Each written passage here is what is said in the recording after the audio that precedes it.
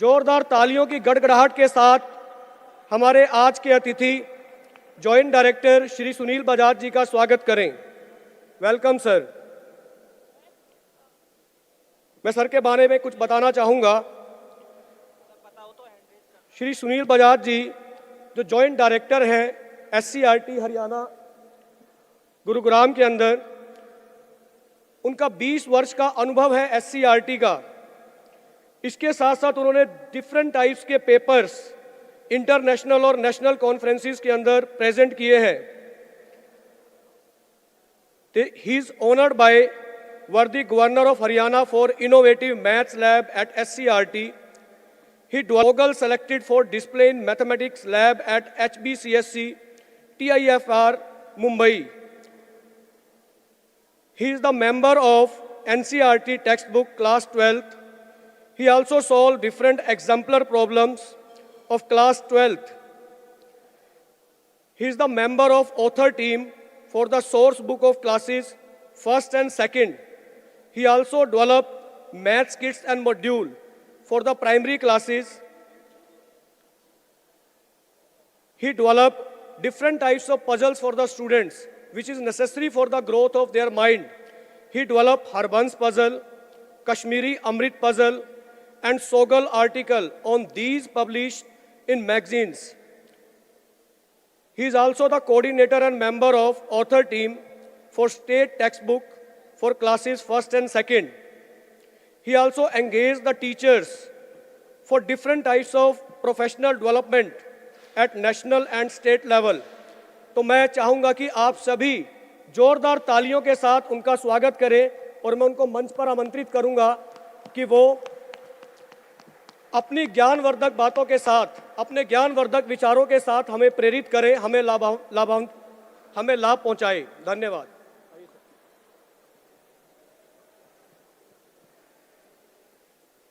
Good morning all.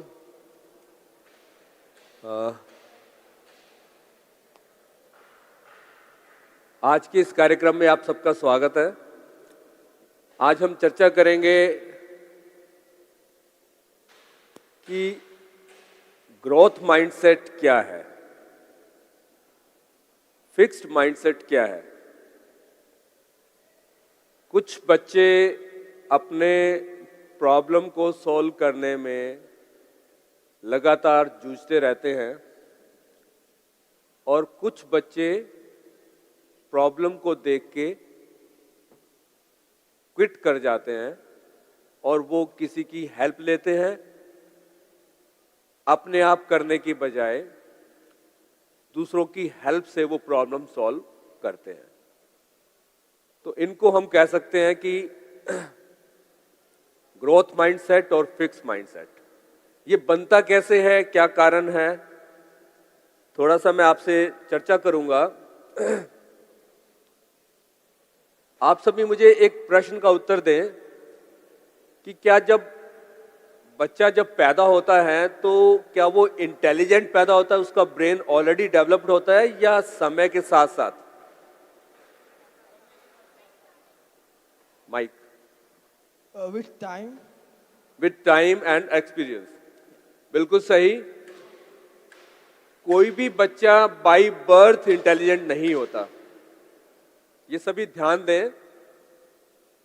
कोई भी बच्चा बाय बर्थ इंटेलिजेंट नहीं होता, वो समय के साथ साथ जो हमारे अनुभव हैं, जो हम दैनिक जीवन में कार्य करते हैं, उन पर निर्भर करता है और उनके साथ साथ हमारा ब्रेन ग्रो करता है।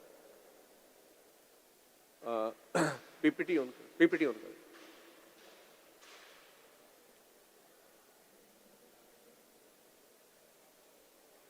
Next slide.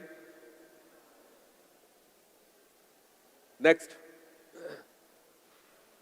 जैसे अभी आपने बताया कि कोई भी बच्चा बाय बर्थ इंटेलिजेंट नहीं है।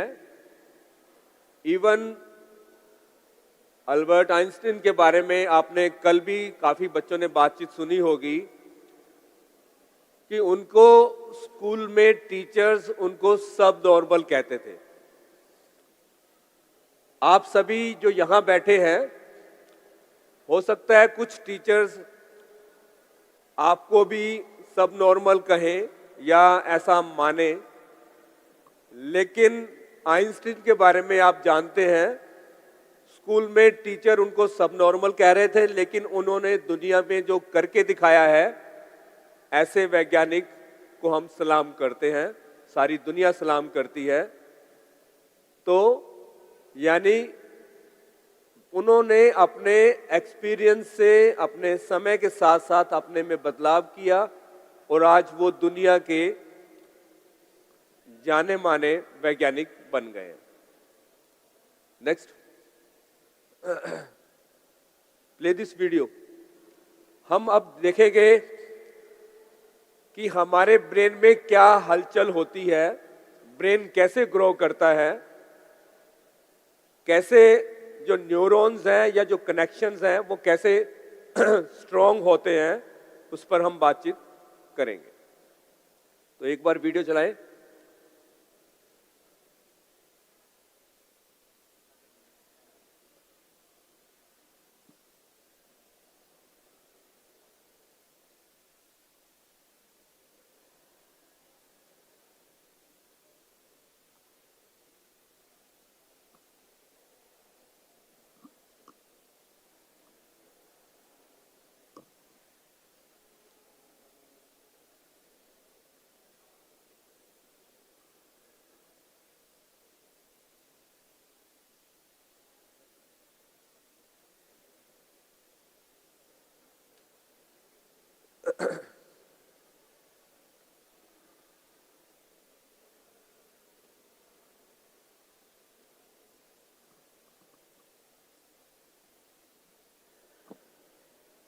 हमारे ब्रेन में डिफरेंट जैसे वायर के सर्किट होते हैं, इस तरह के डिफरेंट सर्किट हैं। उन सभी सर्किट में जो सर्किट हैं वो स्ट्रॉन्ग कनेक्शंस में कन्वर्ट हो जाते हैं जैसे जैसे हमारे अनुभव, एक्सपीरियंसेस जिस एरियाज में ज़्यादा होते जाते हैं, जिस एरिया में हम ज़्यादा करते हैं।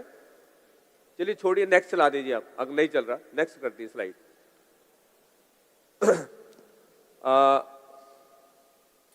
एक वर्ल्ड वाइड एक स्टडी कंडक्ट की गई, brain study among students.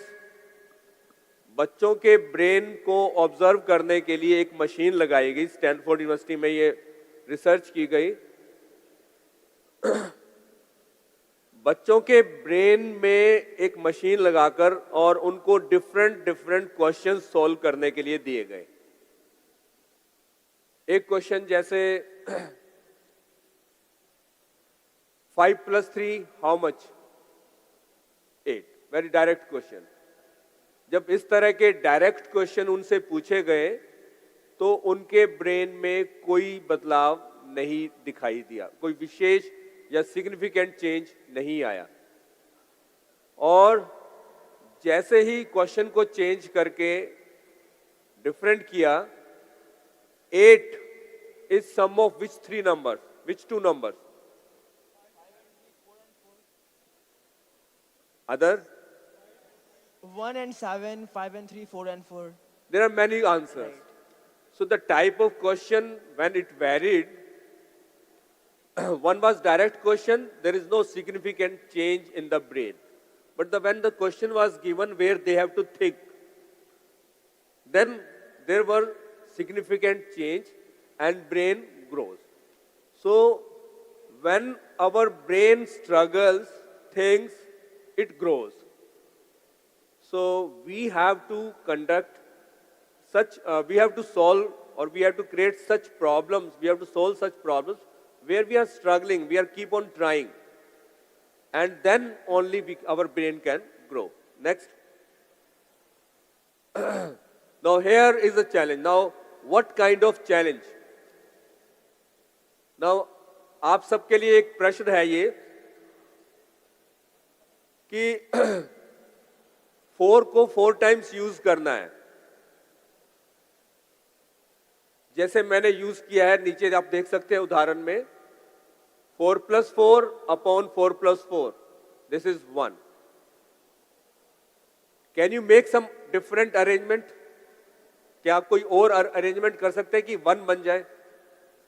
1 plus 3 by 1 plus 3, 2 Only plus you have to use 4 times.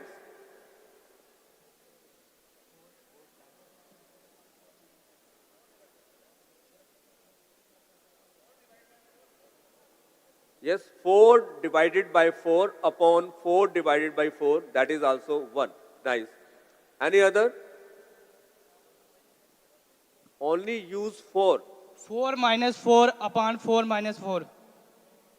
Let everyone think whether it is right or wrong. 4 minus 4 upon 4 minus 4 means 0 upon 0. This is indeterminate form. So this is not 1. Right. 4 multiply 4 upon 4 multiply 4. Not only use 4. You can't use any other digit. What about 44 upon 44? So there are 100 ways to make 1. There are 100 ways to make 1. You have just told me only 2 or 3 ways. Can anyone think different also? Sir, 4 divided by 4 divided by 4 divided by 4. Yes, that already, Mr. That is okay. That's okay. So these are the questions. Can you make 11? Any one of you can make 11 using 4 times. Yes. Sir, 4 divided by 4 to the whole power 4 whole power 4. So 1 to power 4 will be 1, 1 to power 4, 4. That is also good idea. 4 divided by 4 power 44. Yeah, like that, yes. 4 upon 4 whole power 4 upon 4. That also he gave. So there are many ways, more than 100 ways you can make. So this type of questions, when you will try this type of questions, your brain will struggle, keep on thinking, and then your brain will grow. That is what keep on trying and keep on struggling. Whether you are able to solve or not, struggling means your brain is growing. And that don't quit any time. किसी भी समय छोड़ना नहीं है, कोशिश करते रहना है. और ये जो प्रश्न है, ये आपके ब्रेन को सोचने के एक नहीं अनेक उत्तर दे रहा है, अनेक अवसर दे रहा है. 11, can you make 11?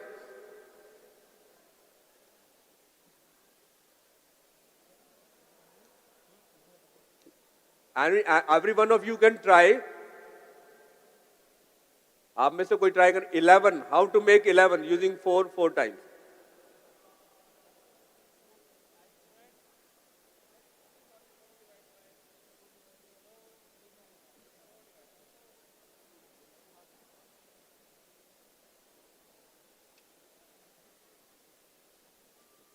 Four plus 4 minus 4 to the power 0, right? Not 0, we can't use 0. Oh, okay, right.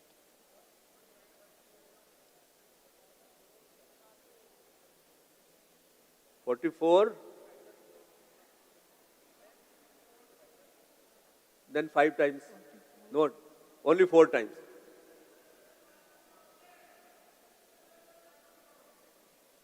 Anyone can answer? There are many ways to make 11 also.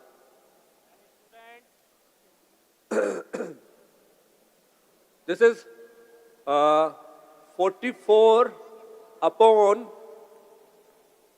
root 4 plus root 4. 44 upon root 4 plus root 4. Square root of 4 plus root 4. Sir, isn't root 4 power of 1 by 2? Yeah, but the symbol, I am not using the symbol. I am using the symbol only. Okay. So digit is not visible.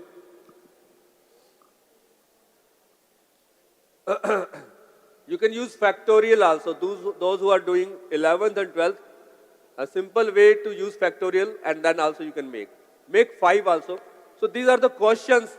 This is one question, but there are, you make 1, 2, 3, 4, 5. So keep on trying this kind of question, your brain will grow. When you keep on trying this kind of question, your brain will grow. Next slide. Another challenge. एक टोकरी में सेब हैं, एक में संतरे हैं और एक में मिक्स है.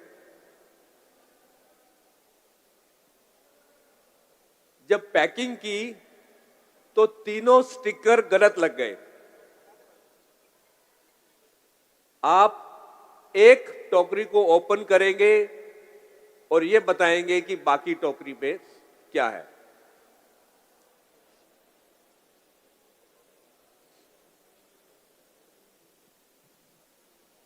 तीन टोकरी हैं, तीनों में एक में सेब है, एक में संतरे है और एक में मिक्स है. वेट सेम है, कोई और तरीका नहीं है. आप स्टिकर लगाएं तो लेकिन स्टिकर गलत है. एक स्टिकर ओपन करना है और बताना है कि क्या है. लाइक बाकी दो टोकरियों में क्या लाइक क्यूज में क्या है? एक में सेब है, एक में संतरे है और एक में मिक्स है. तीन टोकरी है. तो आपको स्टिकर गलत लग गए हैं. तीनों स्टिकर रॉन्ग है. आपको एक टोकरी ओपन करके देख के बाकी दोनों का स्टिकर भी ठीक करना है.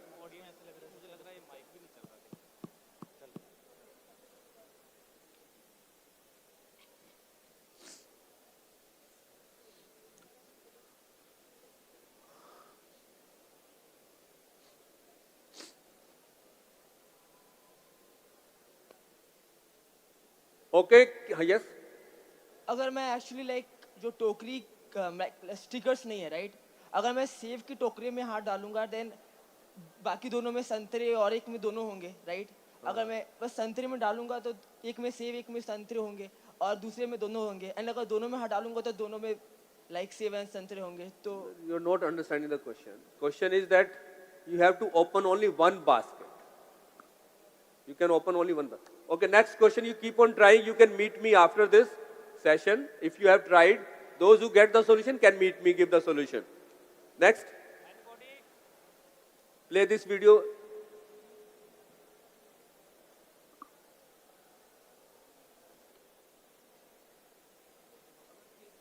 Audio.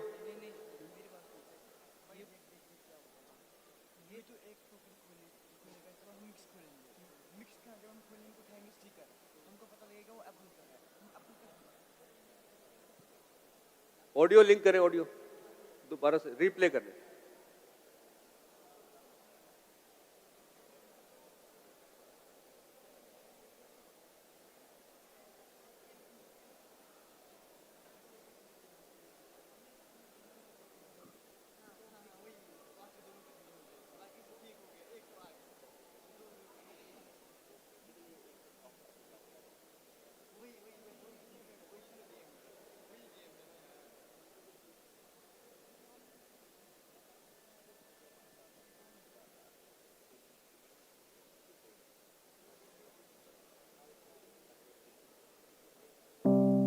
Fear is an obstacle to learning mathematics, but it is not the only one. Our mindset towards mathematics influences our experiences with it.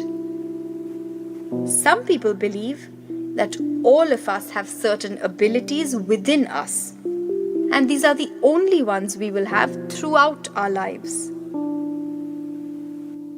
Some others believe that we can grow our abilities and skills as we learn more things and work harder.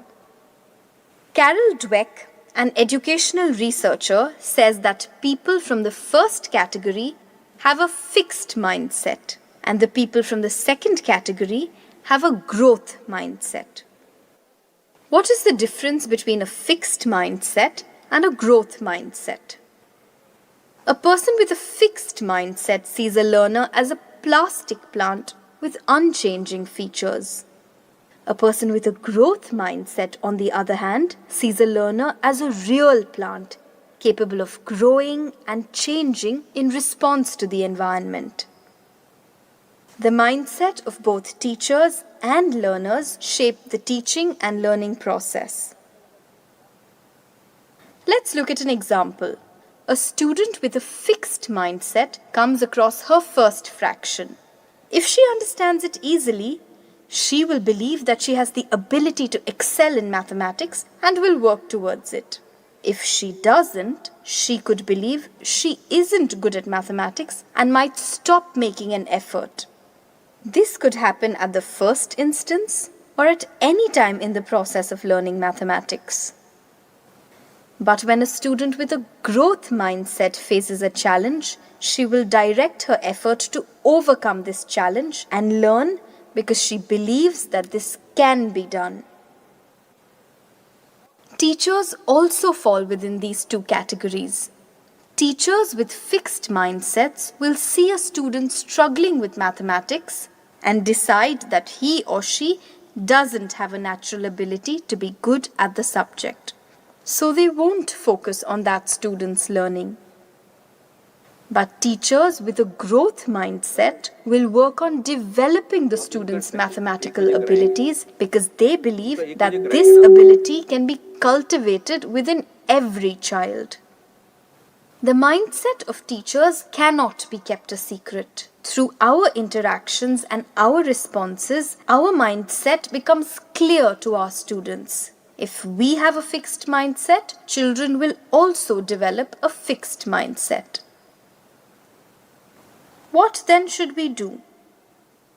We should cultivate a growth mindset ourselves. The first step in doing this is to recognize the role hard work plays in learning. When a student does well, instead of saying, "Good job, you are very smart," say, "Good job, you clearly worked very hard." Guide the student to attribute their success to their hard work rather than their current ability. When a student works hard and yet does not do well, if you say, "Better luck next time," the focus is shifted from their hard work to their luck. A better response is to say, "That was a great effort. Now let's see how we can do better." We must consciously adopt a growth mindset ourselves and approach every student with the faith that with enough hard work and the right learning activities, the student will be able to enjoy mathematics.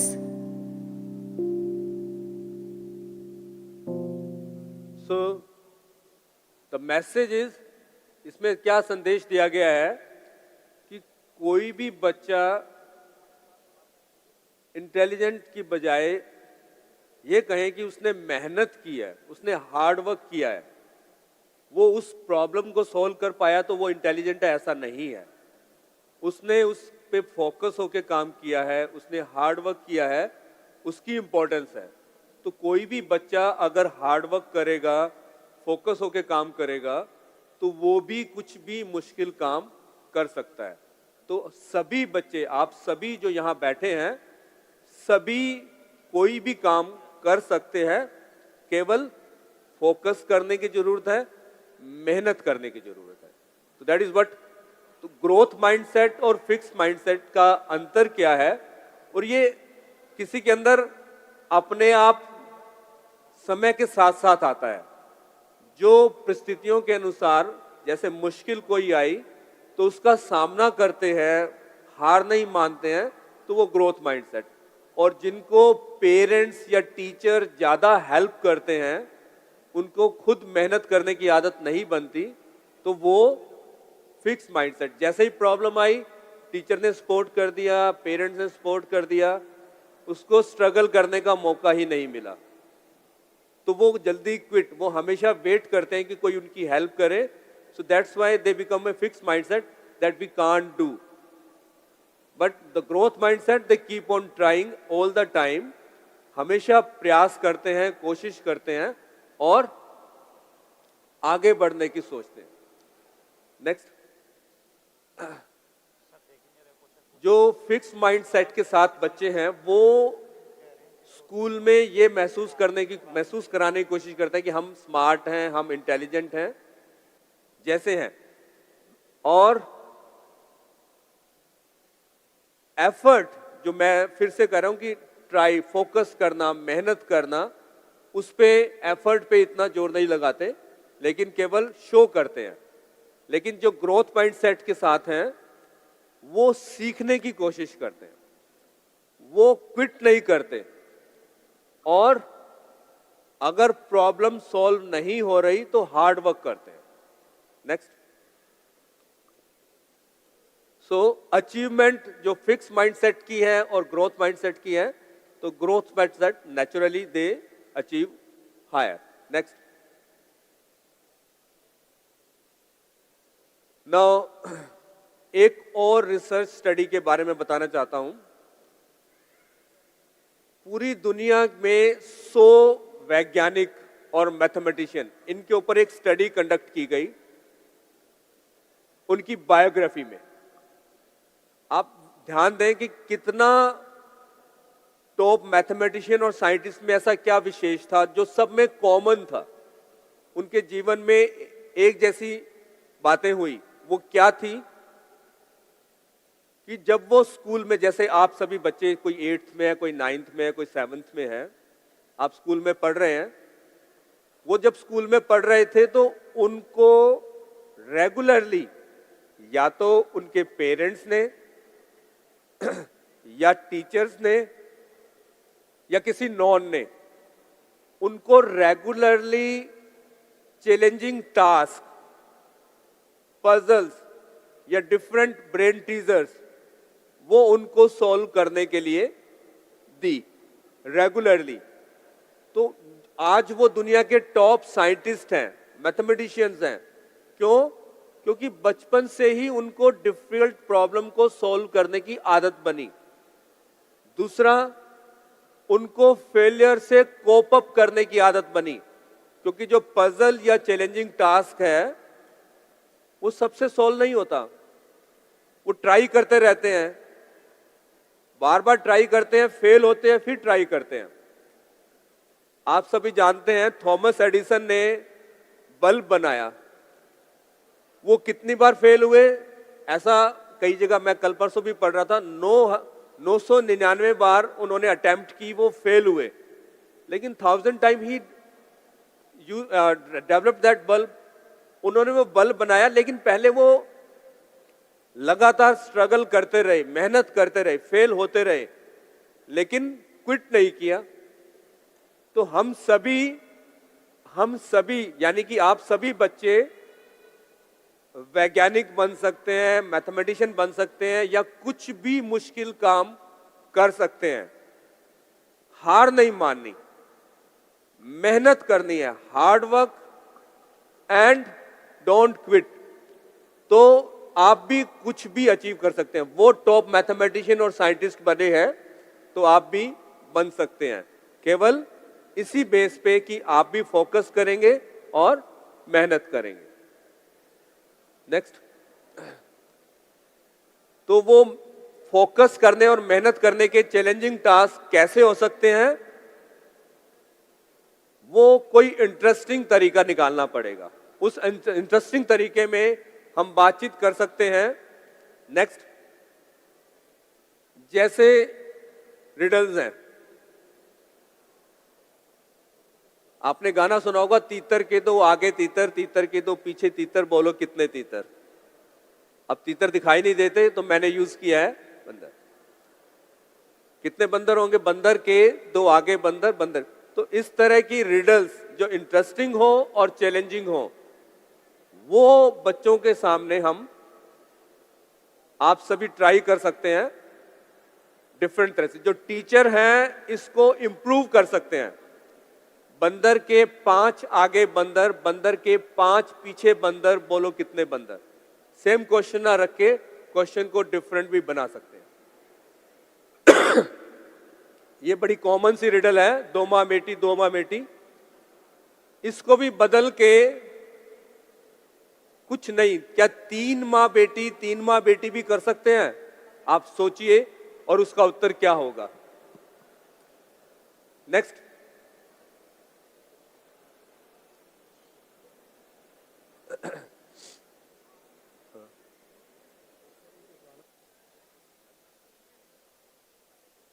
So I will discuss later on this. I think the resource person for this today's session arrived, and I invite him.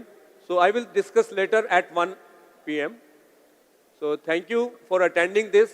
But आप सभी एक ही बात का विश्वास रखें कि आप सभी कर सकते हैं। मैं भी एक गवर्नमेंट स्कूल में पढ़ा हूं, आपकी तरह एक गवर्नमेंट स्कूल का विद्यार्थी रहा हूं, और आज मैं आपके सामने मुझे बातचीत करने का अवसर मिल रहा है। तो आप भी अपने फील्ड में, किसी भी फील्ड में ग्रो कर सकते हैं। मैंने फिर से पहले भी बात की थी कि कोई भी बच्चा कुछ भी कर सकता है, केवल समय के साथ साथ अपने आप को इम्प्रूव करें, मेहनत करें।